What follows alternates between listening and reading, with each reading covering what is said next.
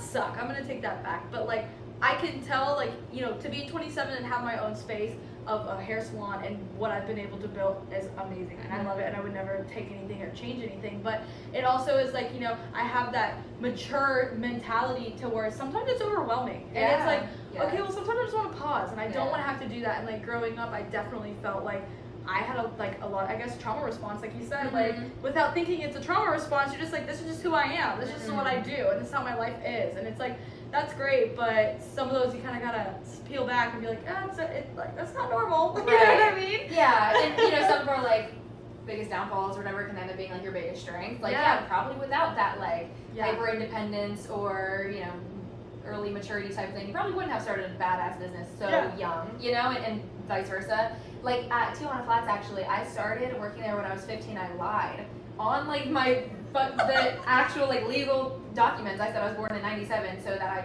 could get a job at 15 when you needed to be 16. Because I just couldn't wait to make my own money. And you know, I was skipping school to go work. It's not like I was like necessarily a bad kid. Yes, I loved to party and loved to drink very early on. Same. Yeah, but I just loved to be independent. Yeah, no, I totally agree. I'm the same way, and I couldn't wait to get a job. Couldn't wait to have my own money and like have that. But yeah, no, I partied a lot, and I was out a lot, and I mean, I was a great kid, but I definitely had a lot of like outs of what I was like, okay, well, I'm gonna go and we're gonna get blacked out this weekend. It's like, looking back at it, I'm like, ew, why? Like, why? But like, whatever. I mean, I almost feel like drinking and partying and stuff like earlier on, I feel like now that I'm like still a young adult, I don't want to do it. I'm like uninterested. So our system. Yeah. I swear I turned 21 and I literally feel like I've had 3 drinks since then. Crazy. So funny. So we have a couple more questions just to kind of wrap up, but I thought this was a kind of really good one of just like knowing, you know, because I think everyone has a mentor and like something that kind of brought them to light of like what it is that they want to do. So like who or what inspired you like for how you've been able to run your business and like for you being able to know what you want to do? So, and do you have a mentor? Logistics wise, yes, like I talked about kind of earlier on, I did hire a business mentor. His name is Nick Comodina. Shout out to him.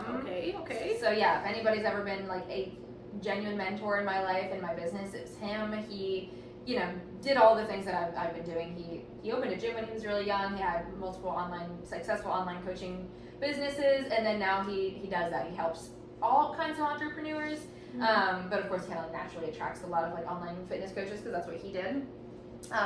So yeah, I mean, he was so helpful with just the back end things. Like I don't have anyone in my family that was ever an entrepreneur. My mom literally works in the school system, which is just so different. You know, like working in the government versus starting your own entrepreneurship business. It's totally different thing. So she was very supportive, but didn't know how to help me at all. Yeah. So he was helpful with like, you know, he literally sent me over contracts and helped me with sales and marketing and getting out of your own head of like talking on camera and, you know, all the logistics and whatnot, but also like the energetic side of things of, you know, being aligned as a leader and showing up as a coach and kind of like the linguistics of like how to speak to clients and your employees and all of that, you know. So I liked him because he was like a good blend of business and spirituality, which was just right up my alley, and the energetics with that. So him in that sense. When I think of like kind of like who inspired me, the first person that always comes to mind, which is so funny, it's Christian Guzman. Do you know who he is? He's, you know, Alpha Elite? Yes. Yeah. He's the creator of Alpha Elite. So when I was 15, I think 15, maybe 16, he was the first like YouTuber that I had found, and I literally still watch all of his YouTube videos every single day up until now. And he started off just literally holding up a camera, recording his workouts. He opened up his gym, then he started selling t-shirts. He was doing coaching, I think, for a short period of time, and now he has a massive gym and has a massive clothing company. So just watching him as like an entrepreneur and fitness wise, all of his... So starting from like one little thing and then going and growing so big. Yeah. So he was definitely like an eye-opener of like of just honestly like an example of like how life looks like living and breathing health and fitness. Out just in his whole life, he documented the whole thing. So I learned a lot from him about macros. I learned a lot from him about form. He, you know, would post his workouts and all that. So he definitely got the ball rolling, and I was always so interested in watching his stuff, fitness wise, but now also like entrepreneurial wise. He has other businesses too, and yeah, so I'd say those two people. Hell yeah. Cool. Well, is there anything that you would think that you would want to give advice to everybody that, or anyone, man, woman, young, old, that's in like starting their fitness journey or just like in it currently, and maybe some like tips or tricks? I mean, I think that the like a quote that essentially was like comes to mind that, you know, if it's not like it hasn't clicked for you yet, you know, I'm sure it will eventually, or maybe this is your first time hearing it. Like, fitness is like the gateway drug into everything in your life getting better. You know, I don't think I would have this drive, mindset, entrepreneurial skills. Such a hard word. I know, grammar. Yeah. If it wasn't for like the qualities that, you know, living and breathing fitness gave me, and you don't need to like live and breathe it, but just even showing up for a workout 3 times a week and committing that to yourself and keeping promises to yourself, you'll be a better mom, you'll be a better partner, you'll be a better employee or employer. And a lot of people look at all those things as above their health or above their fitness, whatever it is. But if you put your health first, you'll show up for all those things so much better. You know, you think you're choosing your job or choosing your family over your health, when in reality, you're not showing up for them fully until you take care of yourself first. Yeah.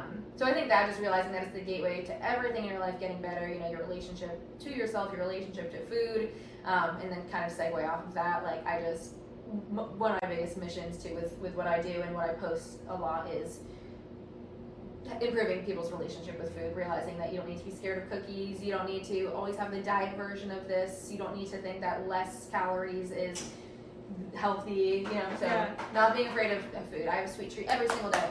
Every single day, a real sweet treat. I have a big sweet tooth too, so I'm trying to learn my balance with that also. But I definitely agree though, like, you know, how are you going to be a better version of yourself? Like, if you can't be a good version of yourself, how can you show up for anybody else? Like, if you don't show up for yourself, you know, like, at the end of the day, like, not to be like, you know, like that, but, you know, you die alone. Like, literally. You are by yourself. You have to be good for you. And like, that was my big thing when we had our first like little like consultation thing of, you know, what is it that I want to get out of this? And it's like, well, in my head, how can I be a better partner, a better wife, a better mom, a better like friend, a better business owner in all aspects for if I don't show up for me, you know what I mean? And like, that's what you have to do, is be able to show up for yourself. And like, that can start from, you know, from going to the gym or just moving your body or eating, you know, what you should be eating. And I think that if you can't show up for you, who are you going to show up for, you know? And we tend to, you know, actually, this kind of is like a little like not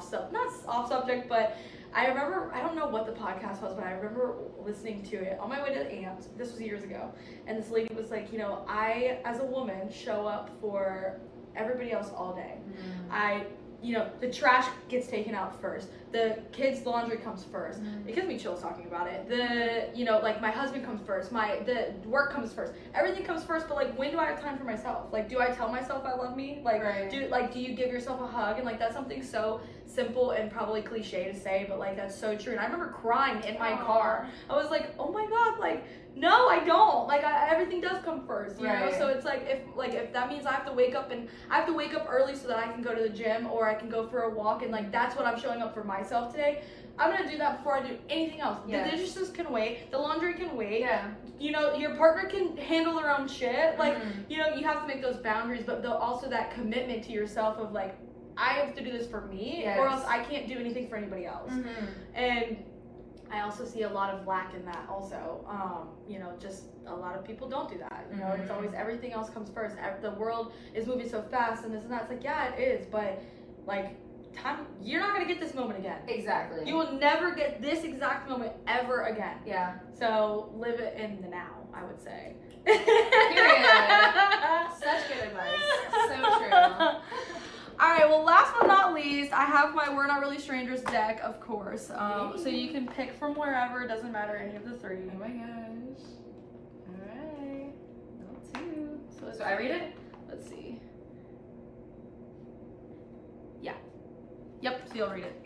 If you could have it your way, who would you be with? Where would you be? And what would you be doing?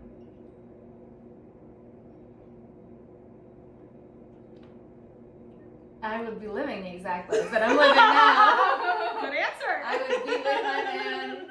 I would literally be in St. Pete, Florida, obsessed. I went to Hawaii for like a month. Did you like Hawaii? Last year, loved it. I mean, amazing. I want to go to Hawaii. That's on our bucket list. Life-changing trip. Oh, you have to go.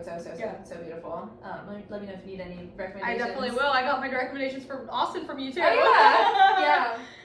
Loved Hawaii. It was actually yesterday was a year ago that I left.